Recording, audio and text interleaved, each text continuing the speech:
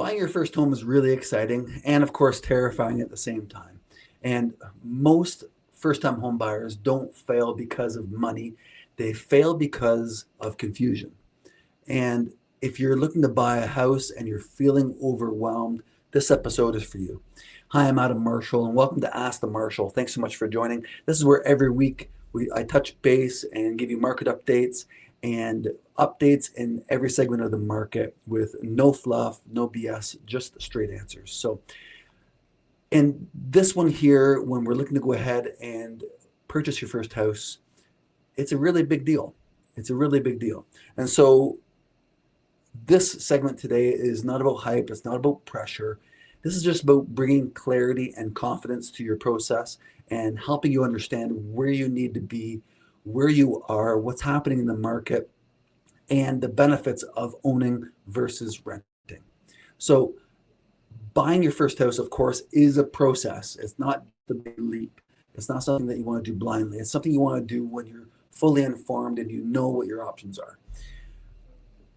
And many first-time buyers, when you're into the marketplace and you're looking, there's many fears. The major fear for a lot of people, especially in a market like today, is a lot of buyers are afraid of overpaying. They don't want to pay too much for a house and regret it later on. A lot of buyers, there's a strong fear of rejection. They don't want to go ahead and purchase a house or make an offer on a house and make the seller angry, disappoint the seller, disappoint anyone else in the process, or make them angry. And along with that is there's a great fear of commitment. A lot of home buyers, if they're still living at home or if they're renting, they haven't had a high level of commitment for financially anyways, in regards to where they live. So that fear of commitment all of a sudden is right near the top when you know you have to sign a mortgage and you're financially obligated for a large sum of money. And of course, the largest one, and what I'm here to help with, is of course is a fear of making a mistake. A lot of buyers just are afraid of the process and afraid of making a mistake at any step. And that's what I'm here for. That's what I'm here to help with. That's what I'm here to guide you with. And of course, over my 23 years of selling real estate, I've helped many first-time home buyers get into the market and successfully navigate the process and start owning their own home and building their wealth. And of course, with many buyers, they start really unsure. They're not too sure of the process, not too sure of what happens. And at the end of it, they become confident, and they're confident homeowners. And it's a great process. It's a wonderful thing. And it's great for me to see. I can tell you, as I've seen many of these families work through the process, it's very gratifying for me. And this system works just great when it's followed closely, when it's followed smoothly. It works really, really well. So type below if you're renting right now. Okay, I'd like to hear from you. Drop any questions you had before, but below. Type rent if you're renting right now, and type in buy if you're thinking about buying in the next year. I'd like to know who's interested in buying and how many buyers are actively looking and actively searching, okay? And along with that, comment below, because I'd like to hear what scares you about buying. What scares you most about buying a house, okay? And for any of you there that would like my first time home buyer kit, of course, DM buyer, and I'll be sure to send that out to you. Make sure you get all the information and you're fully informed about the full process. So, okay, let's talk about the large part of the conversation, and that's renting versus buying. Okay, let's talk about the real math, no emotion. We'll take that out, and let's talk about where the math sits right now today as we speak. So, some common beliefs, of course, with renting and buying is that renting typically feels safer. It usually feels safer to a large segment of the buyers out there, and so that way they don't have to make long-term commitments. They don't have to make a mistake. If they do make a mistake and they don't like where they live, they can get out within a reasonable amount of time, and they're not committed for the long term. And of course, buying feels risky. You're committing to something. You're committing to a mortgage. You're spending a lot of money. There's a lot of zeros. There's a large a lot of finances attached to that. And This risk isn't about ownership, it's just about ignorance. And that's what I want to eliminate here, is to have that open conversation with you, just to know the good, the bad, the ugly, and both sides of the spectrum as I see it, in terms of course, buying versus renting. So let's talk about some average numbers that I've been able to dig up and work out here. So average rent in Brantford right now, based on some online sources, the average rent for anything from a one bedroom to a three bedroom, okay, is approximately $2,290 on average. So that's the base number we're going to work with today. $2,290 is our base number. And right now, our average sale price in Brantford is sitting around $600,000. Okay, I'm not going to get into the weeds about that, but it's around $600,000.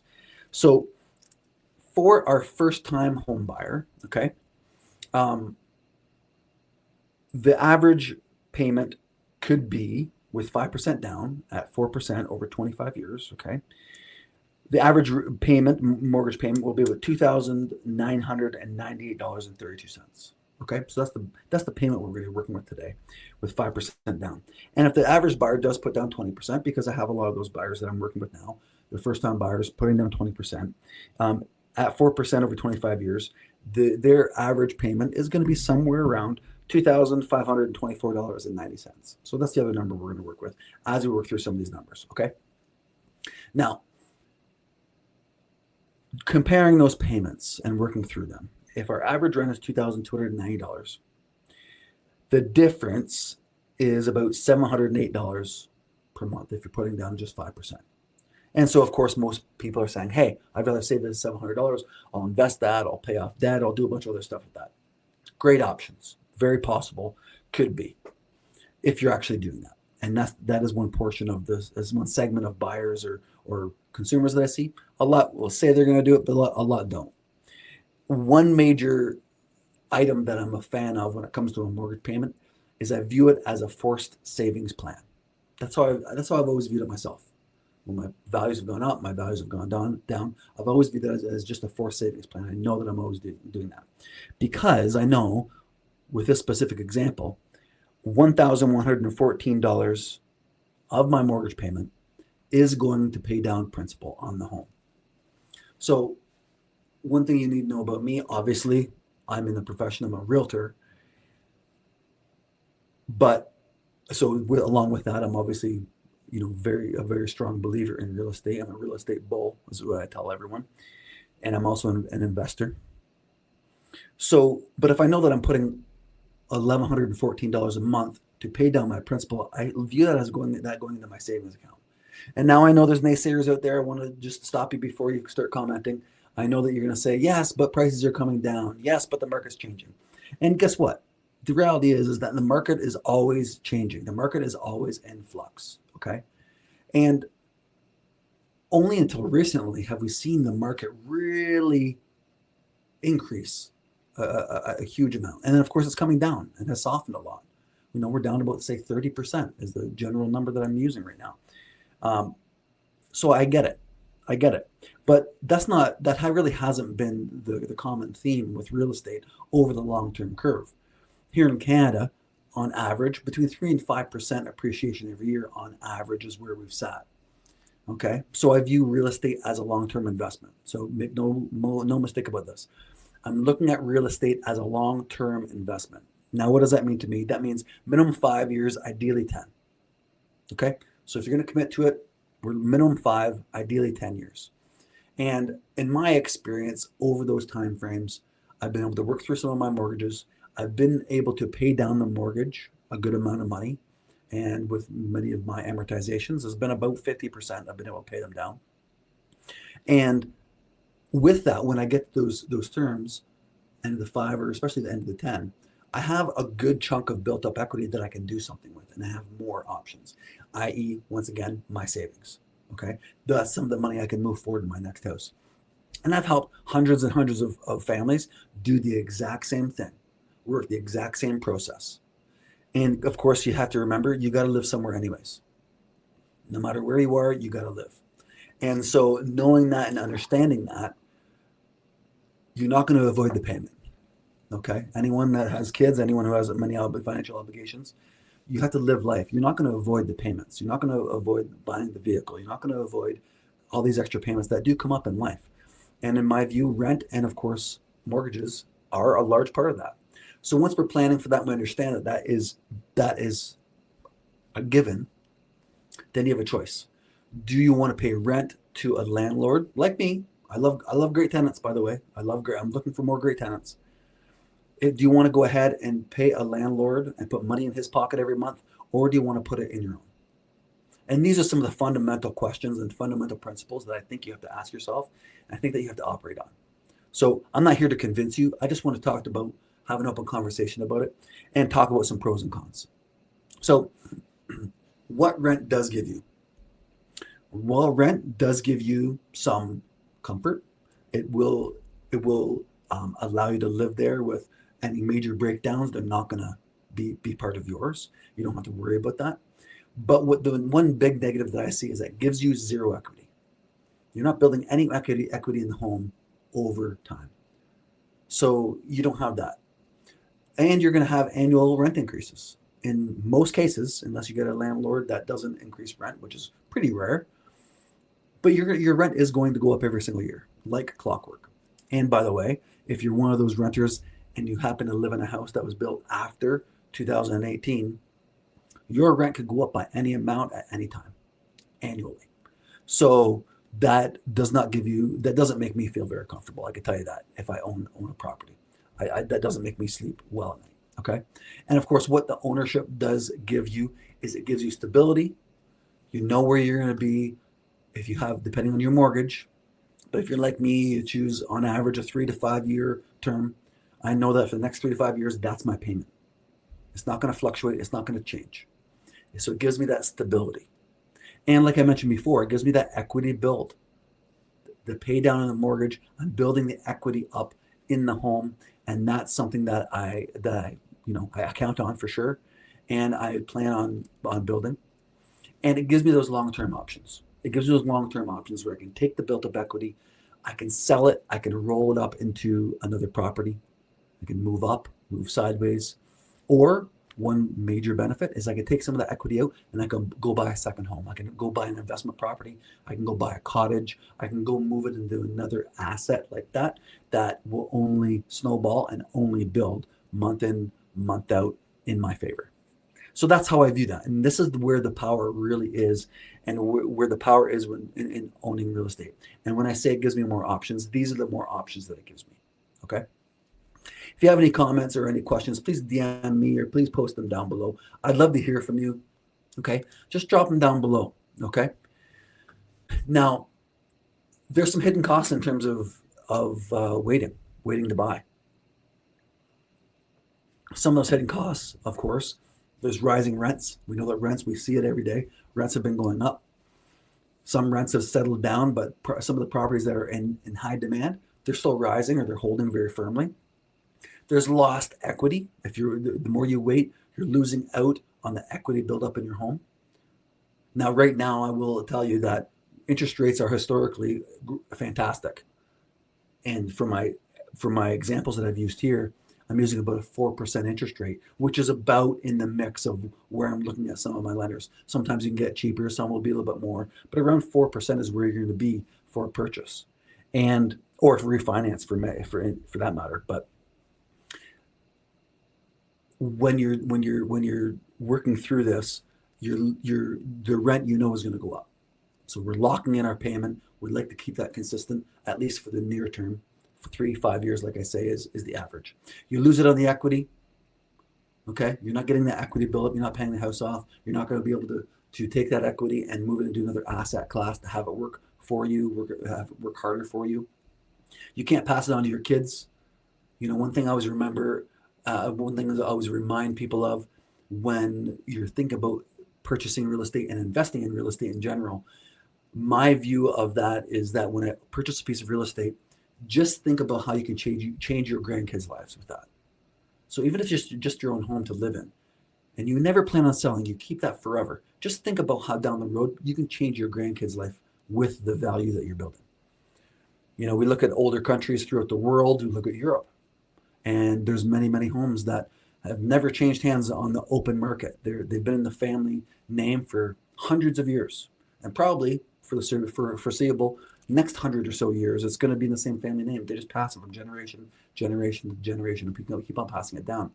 I think there's a lot of power in that, and that's how I view my real estate. When I do that, I don't plan on selling. I plan on just taking it, and I'm going to bless my grandkids with it, and in the process, train them to go ahead and to learn how to work within real estate, how to utilize that and leverage all the benefits of that. Once again, I've mentioned some of the leverage, the lost leverage. If you don't purchase, you're losing that leverage. With down the road, you can leverage up and get into a bigger house, a nicer neighborhood, a different location, wherever you want to be. Generally, when you buy your first house, it's your first house. It's not your last. So you're going to buy that, and you're going to move up over time, and that's just the process, and that's great. And that's why keeping that house for a great rental is an awesome option. But you can also and leveraging that, or leverage that and move up to a nicer neighborhood, a bigger house, a newer house, whatever the situation may be. And of course, as you're waiting, there's lost confidence. When you see everything going on around you, you see buyers buying, sellers selling, things moving. I think that you become less confident because you become more confused. You're not sure. You get so much information from the news and headlines and friends and family, and everyone's trying to tell you what to do. I think to me, I have to break it down to the basics. What do I value? What are my goals? What do I need to do? And that increases my confidence. Okay. Now, in terms of lifestyle, when you own, you have the ability to personalize the home. You can change it. You can amend it any which way you want. You can put it on the deck, put it in the pool, build a larger garage. You live in the country. You can have some animals. You can do a bunch of different things that you want.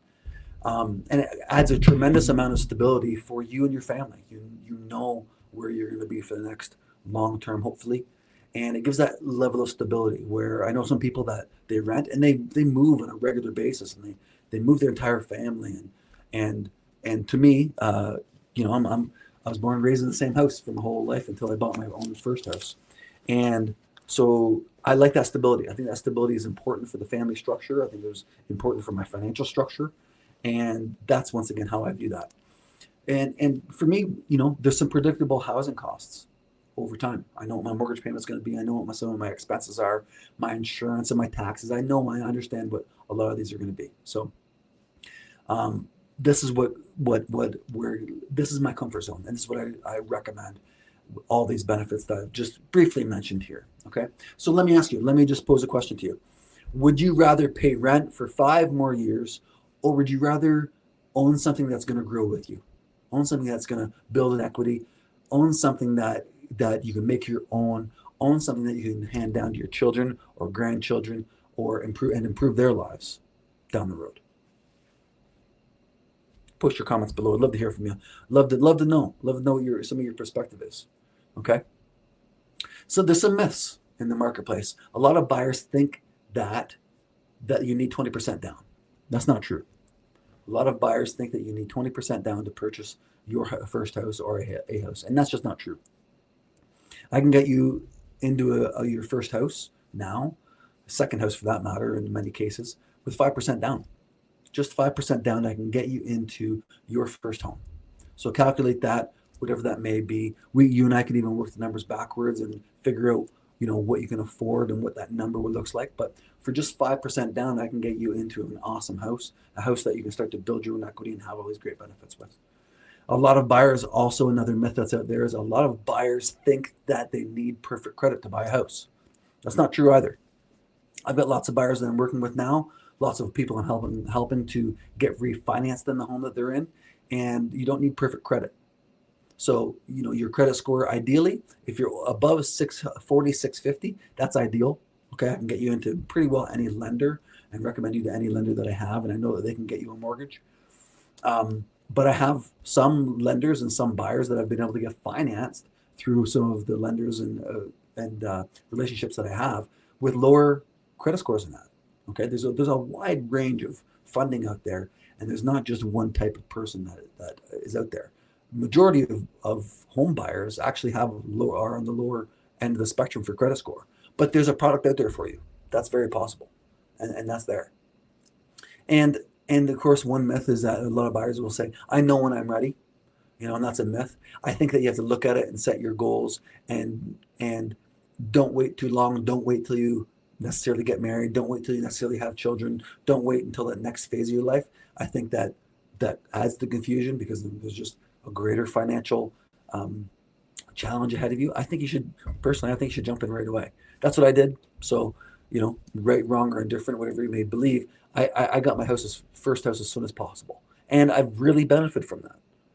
I can tell you that it's changed my life dramatically.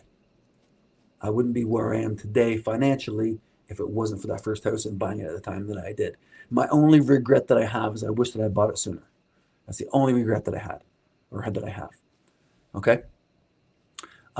Go ahead and DM me buyer below, and I'll show you what's actually possible for you in terms of your mortgage payment, your affordability, what some options may be according to some of those criteria that we set. No pressure, of course. But it's nice to investigate and see what's out there, see what some options are. Because without a couple options, without knowing where some of your guidelines and where you need to be between the two yellow lines, that's really going to help you out. Okay. All right, let's talk about where we need to go. Okay, let's talk about our roadmap. So, starting on that, we need to get some financial clarity. We need to know where we're at. We need to know where you're at and what we have to plan for. So, there's two major concepts when you start to see how much of a mortgage you can get qualified for.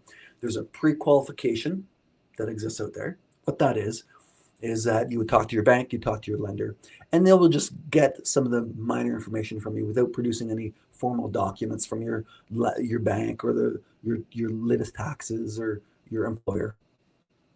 The pre-qualification is just basically a fill in the blanks type approach and say, hey, here's what you make, here's what you can afford, here's how much of a down payment you have. This is what that looks like in terms of where you'd be in the marketplace. So that's what a pre-qualification is. And then what's better, and where we always want to go, is we want to go for a pre-approval. And the only difference is that with the pre-approval, all those items are verified, and we know that you can get that pre-approval.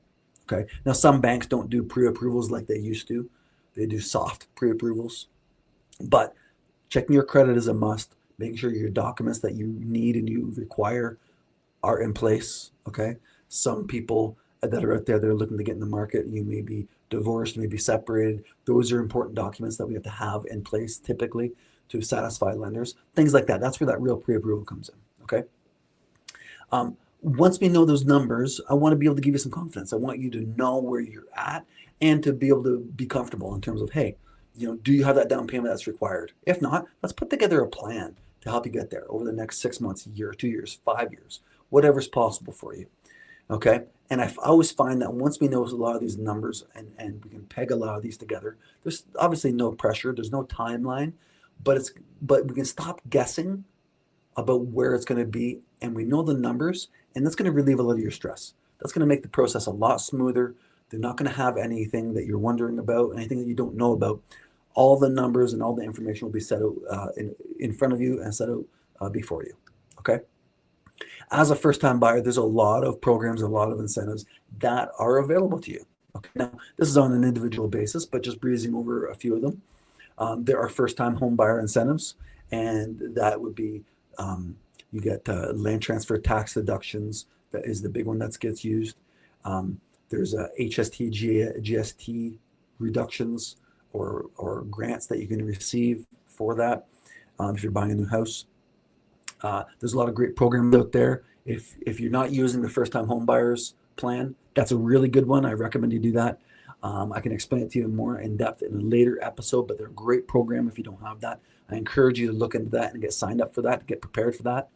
And you can be gifted a down payment, if you can only save so much. If you have someone that has the ability to gift you the down payment, a friend, a family, a relative, that's another option. And once again, like I said before, we have lots of low down payment options. You don't need that 20% to put down on a house. I can get you into a house with 5% down. So if you can source the down payment from any one of those items that I just mentioned to you, then guess what? I can typically get you into a home as long as you meet some of the other criteria. Okay. Now, when you're looking to choose your first house, I constantly remind people and remind buyers that when you're looking for your first home, it's your first home. It's not your forever home. Okay. And just be comfortable with that. And that's okay. I think that's good. Because I think it gives you more options. You just want to get into a house.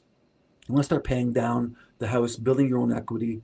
It's, historically, the real estate's always appreciated over time. I expect that to fully be the case moving forward. And that's why I think now's a great time to buy. So you're going to be able to upgrade over time. You're going to be able to take that money and invest it. You may be able to keep that first home and keep it as a rental and move on and buy your second house. Lots of options. Okay. Where you want to focus on, you want to focus on location. Okay. More of this criteria that you have and really makes your home buying, home search much simpler. Focus on location. Where do you want to be geographically? And if you have an idea for layout, that what you may need, I work with lots of people that say, I need a bungalow because, we can't climb stairs, or we need a bungalow or a 2-story. We have children, whatever works best for us. And you want to know if you want to buy new or resale.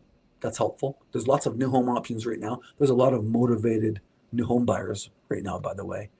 And so that could be a great option for a lot of people. But knowing if you want to buy new, brand new, or buy resale, there's some great options there. And you want to have an idea of some of the other major amenities that you need. Do you need a garage? Do you need a large yard? Do you need to be near a certain trail network, a certain public transit, near your work, whatever you need? These are some of the larger items that we talk about and we just have a dialogue about so I can better understand that. Now, when you find a house, that you like, then this is when we can start to make offers on houses. And conditions and offers are normal again. Just a few years ago during COVID, they weren't the norm, they weren't common. Many buyers bought homes without any conditions, just unconditional, sign it off and go. But conditions are normal again. So now we can include conditions, conditional upon house inspection, conditional upon financing, or any other conditions that may come up. I always highly recommend that buyers do inspections on homes because they protect you. It gives you that extra insight into a home to know what you're getting into, know what some of the issues are, and it's a great investment. It's a great investment. I have a couple awesome home inspectors that I personally use, and I always recommend. I know they do great jobs for my clients, but they really help you out. And it's a really, really inexpensive fee to have some good insight into the home. Okay, and guess what? When you make offers, sometimes you're rejected, and that's part of the process. Don't take it personally. Whenever I get buyers to make offers or recommend they make offers, I always like to say to them, we're not here to offend them. That's not our goal. And if they come back with a different price or different conditions, don't feel offended. Rejections are part of the process. So don't take it personally. This is part of the process of what we work through. And, we do have to take some of that emotional side and just set that aside as we're dealing with this and look at this very objectively. And just know that, fear does fade. The more comfortable you become with it, the more offers you make, the more conversations you have. And that's how I always view offers is, hey, let's just start a conversation with someone. Maybe it's the house been sitting on the market for a while and we can give them an offer. They don't have to like it. They don't have to take it. But let's start the conversation. Let's just see where they're at. Let's see if they're willing to have that conversation with us. And I'm here to give you as much information as possible. I'm here to answer as many questions as you have. And that way I want to go ahead and make you confident and give you that confidence that you need to make your decision, whether you should buy or you should rent or you should jump in the market, what you should do. Okay? Because I know for me, the more information I have, the better. Now, once again, over information can add to your confusion. Try and get every question answered before you make a decision. Once again, not what I recommend. But I think if you can get most of the questions answered to make yourself feel comfortable to get along the right path, I think that's where you need to be. And of course, when you're out making offers, your first offer is usually the hardest to make. You've never done this before. You've never had to make an offer. But you make an offer and with some strategy to it in terms of price, and just see what the seller has to say. And that's the hardest one because it's real. It's in front of you. You're signing off. There's a big number there. And I get it. I've been there a lot and I get it. So I never discount that. And I know how difficult that can be. And the thing is that, working with a lot of first-time home buyers, I do deal with a lot of nervous buyers, nervous first-time buyers. And I actually just helped some first-time buyers just buy their first house. It was a pretty nervous, nerve-wracking time for them. It's a young family. They were currently renting. They could see that they're just spending a lot of money on rent. They weren't getting any value for it. And it was time. They wanted to have a house of their own, and they wanted to build their own equity and wanted to have a place that their kids and their family could call their own. And so they knew they weren't ready, but we looked, we started searching. I answered lots of questions, as lots of first-time buyers do. And, the family with two young kids, they bought responsibly, bought in a great location here in Brantford, by the way. And, when we're touching base here, they have zero regret. They love it. They just recently moved in here in the fall, and it's been a great decision for them. And I'm excited to see them grow. I'm excited to see them get into it and really jump through this and really, really enjoy it. So, once again, DM me, buyer below. I'll walk you through this step by step. I'll answer all the questions that you have and hopefully satisfy everything. And we won't leave any stone unturned. Okay? DM me any questions along with that. So, let's just jump into our Q&A. Let's answer some questions that buyers have been sending me here and we've been talking about buying. So a lot of home buyers ask, how much do I really need saved in order to buy? Well, once again, I mentioned to you, only need minimum, ideally 5%. And that money can be gifted from someone. It can be given to you with no strings attached. It has to be an actual gift. It cannot be a loan. Someone can give you that down payment to get you in. Sometimes some people, depending on your credit, you might need a bit more down. You might need 10% down. Well, someone can give you 5% and you can have 5%. So there's a couple ways to do it. So if you have access to 5%, that will solve a lot of the problems there. What credit score, some people ask me, what credit score is good enough?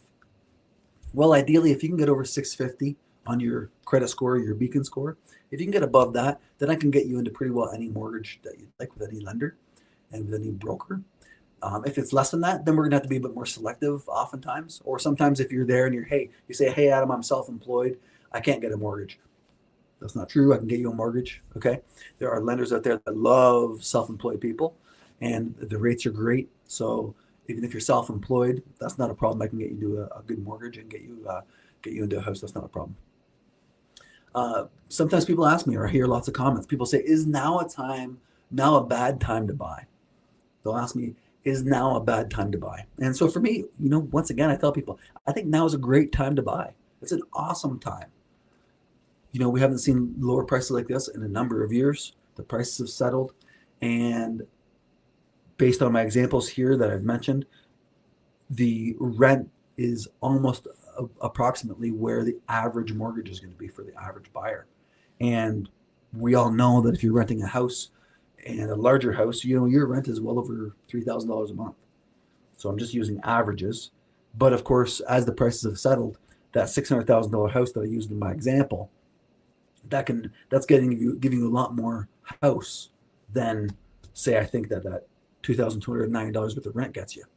So that's where my averages and my numbers here. It's more difficult for me to paint this picture for you, but what you get. So this is where we have to jump into it and kind of look at what your options are. But I think we're at that tipping point right now where it does make a lot of sense, in my opinion, to buy right now. So there's less competition. The prices have come down a lot. It's a great opportunity.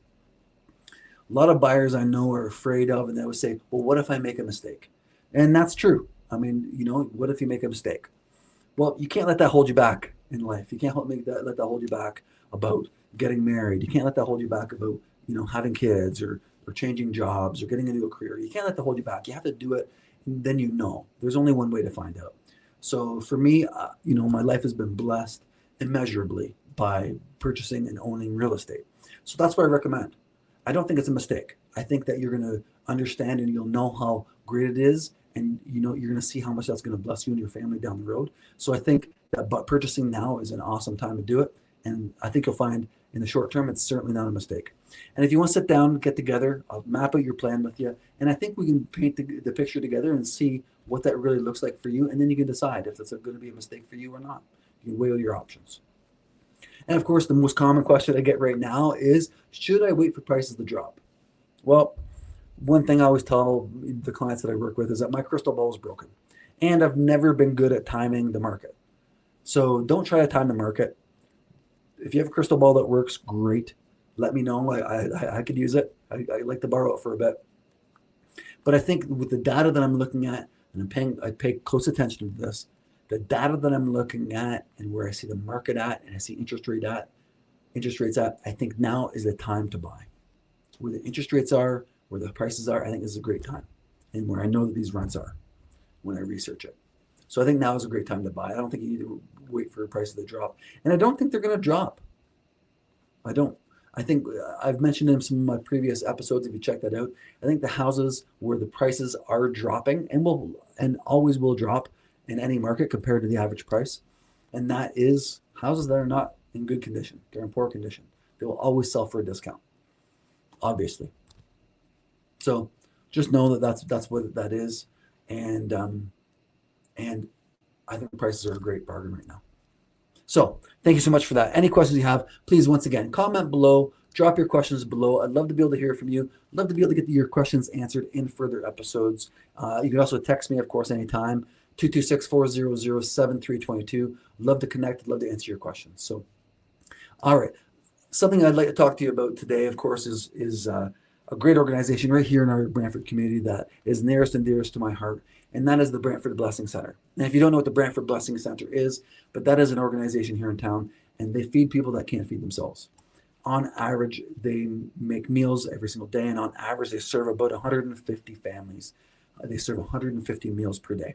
They do wonderful work here, much needed work, as many people understand, and I always support them every single year for the Christmas events and events throughout the year. I'd love to be able to provide my support, which is funded from every sale that I make, to go ahead and to make sure that their organization thrives and their organization grows over time. So that's the Brantford Blessing Center. You can check more of them out online and text me or message me below, and I'd love to get you some information about them in greater detail in terms of what they do. So awesome opportunity, awesome organization. So once again, thank you so much. Thank you so much for joining me here. And when you're going to purchase a house, you don't need to know everything before you make a decision. This is part of the journey. This is part of the plan. This is part of the process as we start to look and ask questions and investigate to see if it makes sense for you. And you don't need to rush. You're not on a strict timeline. I don't think that you have to buy by a certain date. Otherwise, you can never buy again. I don't think that's the case. So there's no rush. But I do think that you need a plan. I do think that you need to know where you are and where you need to be. Okay, that's just a simple plan. And I'm here to help you with that. I'll help you find out where you are and where you need to be to get where you want to go. And that's essential to what we're doing. So DM buyer below, and I'll send you out my first-time buyer kit for free. Of course, there's no pressure, just clarity, and help you along the process and help you bring some light to some of those answers. Okay. Thank you so much for joining. I appreciate it. Join me next week for the next event and next podcast and video cast here. And please share, subscribe, replay, ask me questions. I look forward to hearing from you, and we will talk soon.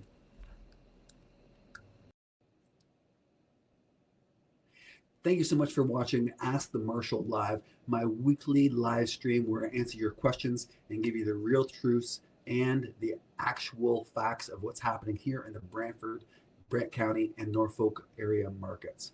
So please like, share, and subscribe, and we'll talk soon.